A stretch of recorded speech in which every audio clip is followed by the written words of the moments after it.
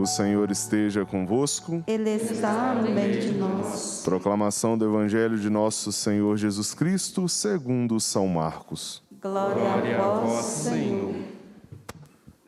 Naquele tempo, João disse a Jesus: Mestre, vimos um homem expulsar demônios em teu nome, mas nós o proibimos, porque ele não nos segue. Jesus disse: Não o proibais, pois ninguém faz milagres em meu nome para depois falar mal de mim. Quem não é contra nós é a nosso favor. Em verdade eu vos digo, quem vos der a beber um copo de água, porque sois de Cristo, não ficará sem receber a sua recompensa. E se alguém escandalizar um destes pequeninos que creem, melhor seria que fosse jogado no mar, com uma pedra de moinho amarrada ao pescoço. Se tua mão te leva a pecar, corta-a. É melhor entrar na vida sem uma das mãos, do que, tendo as duas, ir para o inferno, para o fogo que nunca se apaga. Se teu pé te leva a pecar, corta-o. É melhor entrar na vida sem um dos pés, do que, tendo os dois, ser jogado no inferno. Se teu olho te leva a pecar, arranca-o. É melhor entrar no reino de Deus com um olho só, do que, tendo os dois, ser jogado no inferno, onde o verme deles não morre e o fogo não se apaga. Palavra da salvação. Glória a vós, Senhor.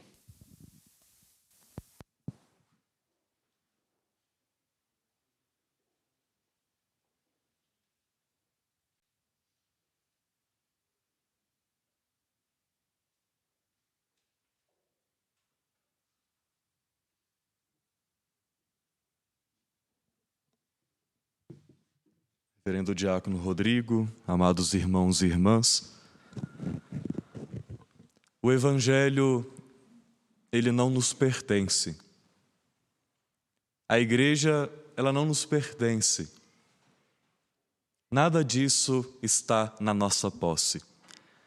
Até mesmo quando nós fazemos a proclamação do Evangelho, como o Diácono Rodrigo aqui fez, nós dizemos assim: proclamação do Evangelho de Jesus Cristo segundo. Ou seja, o Evangelho, a Boa Nova, pertence a Jesus Cristo e é contado de acordo hoje com Marcos, outros dias pelos outros evangelistas, mas é a história de Jesus. É a Boa Nova que pertence a Jesus Cristo, não pertence ao evangelista, não pertence a cada um de nós. Com isso eu já quero dizer que essa palavra, ela não está na nossa posse.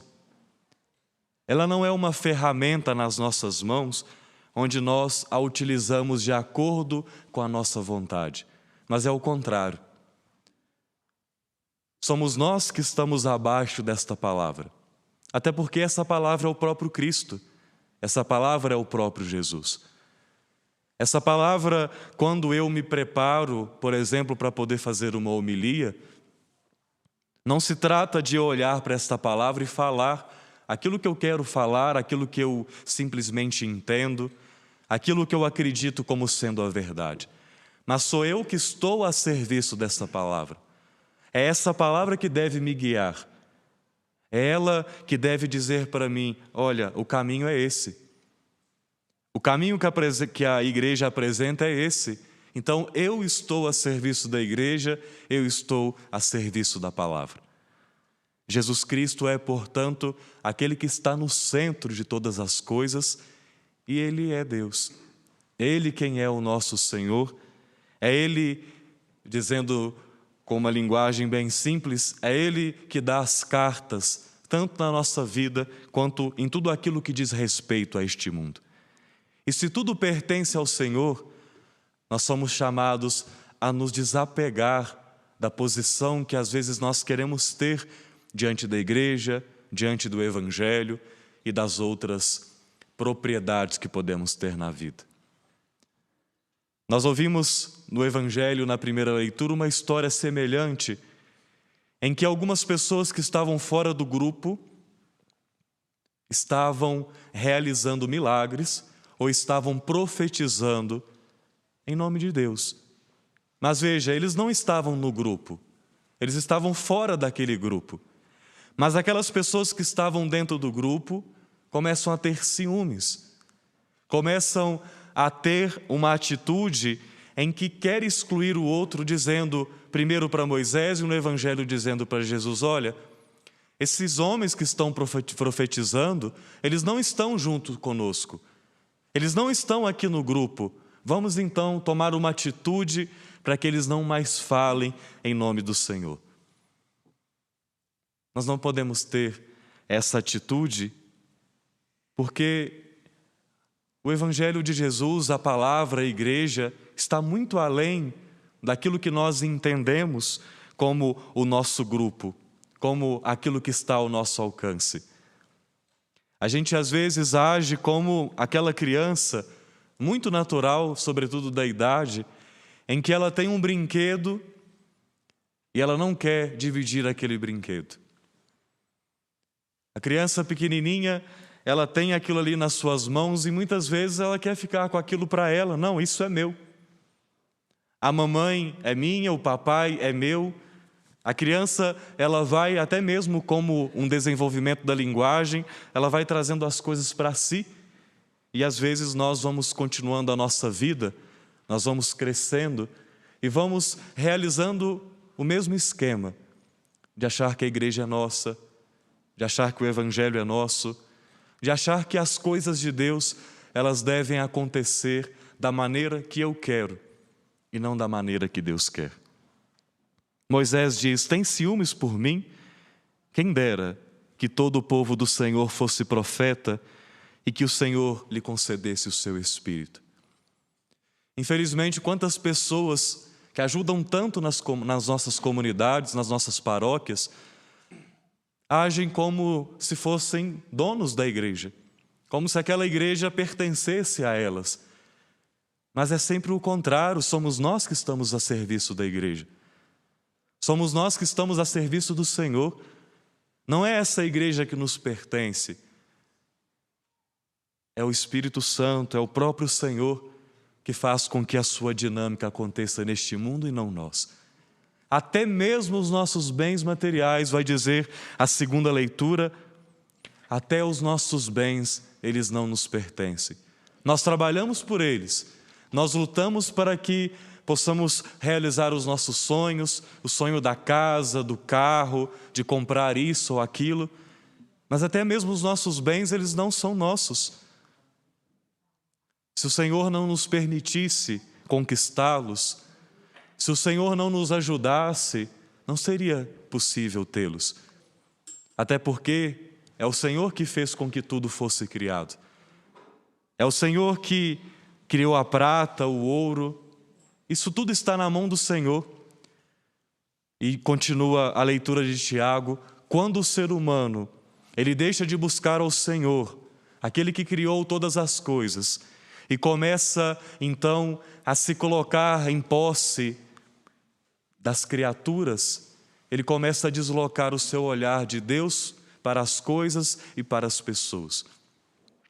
Quando eu começo a achar que a igreja me pertence, que o Evangelho me pertence, que tudo aquilo que eu tenho de bens materiais, que as pessoas que estão ao meu redor, quando eu começo a entender que isso tudo é meu, que eu mesmo sou merecedor disso e começo a colocar Deus de lado, eu começo a perder a graça de viver sobre este dom da providência, em que eu preciso entender que é o Senhor que me concede todas as coisas.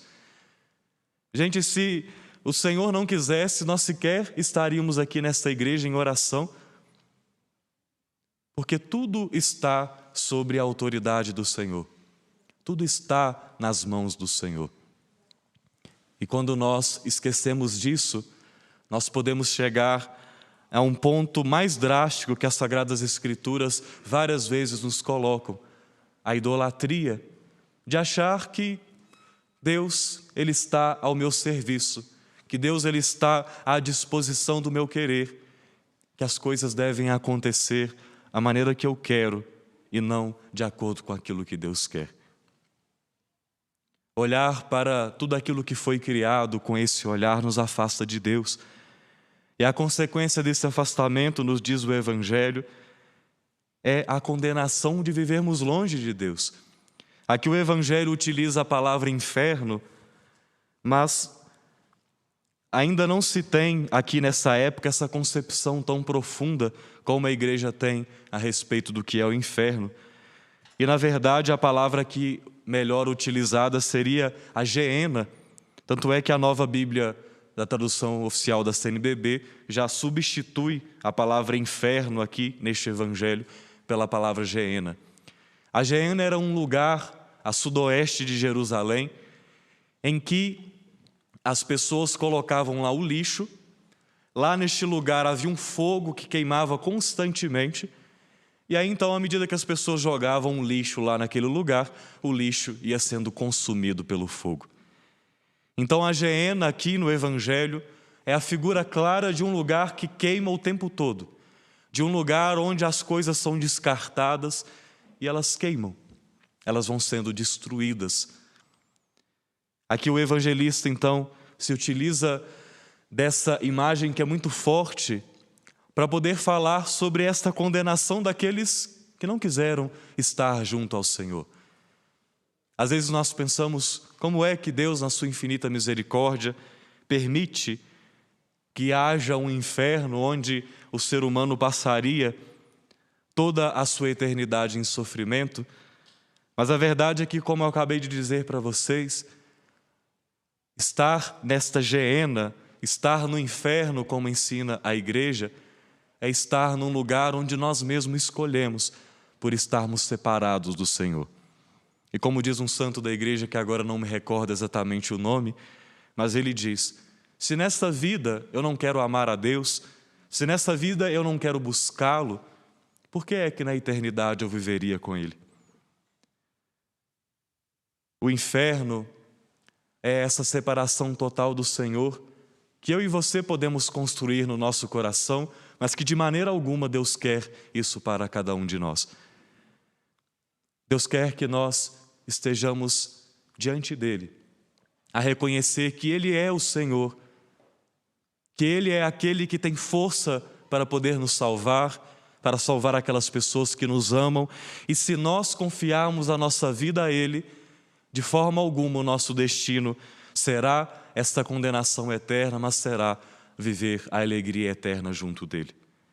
É algo que está aqui nas nossas mãos, da mão daquele que adora, da mão daquele que confia, da mão daquele que olha para o Senhor, tendo certeza que Ele pode sim fazer algo por nós, de que Ele pode sim nos salvar. Nós não somos os nossos salvadores. A salvação não está no nosso poderio. Como eu disse que o Evangelho não está, que a igreja não está, encontrará a salvação aquele que se reconhecer humilde, aquele que se reconhecer pequeno, a saber que é só o Senhor, aquele que morreu por nós na cruz, que só Ele pode nos salvar. Que é só o Senhor que nos deu o seu Evangelho como uma dádiva, é só mesmo servindo a esse Evangelho que encontraremos a salvação. É a certeza de que a igreja não é algo meu, mas que só mesmo servindo a esta igreja, que o Senhor me deu como uma dádiva, é que encontraremos a salvação. Coloquemos hoje a nossa vida diante do Senhor com humildade e peçamos que Ele nos ajude nessa caminhada, para que nós não queiramos ser senhores nem da igreja, nem do Evangelho e de nada, mas que estejamos na postura que é nossa, como Jesus disse para Pedro: venha atrás de mim, tome Pedro o seu lugar. Que possamos hoje tomar o nosso lugar e permitir com que o Senhor conduza a nossa vida como Senhor da nossa história.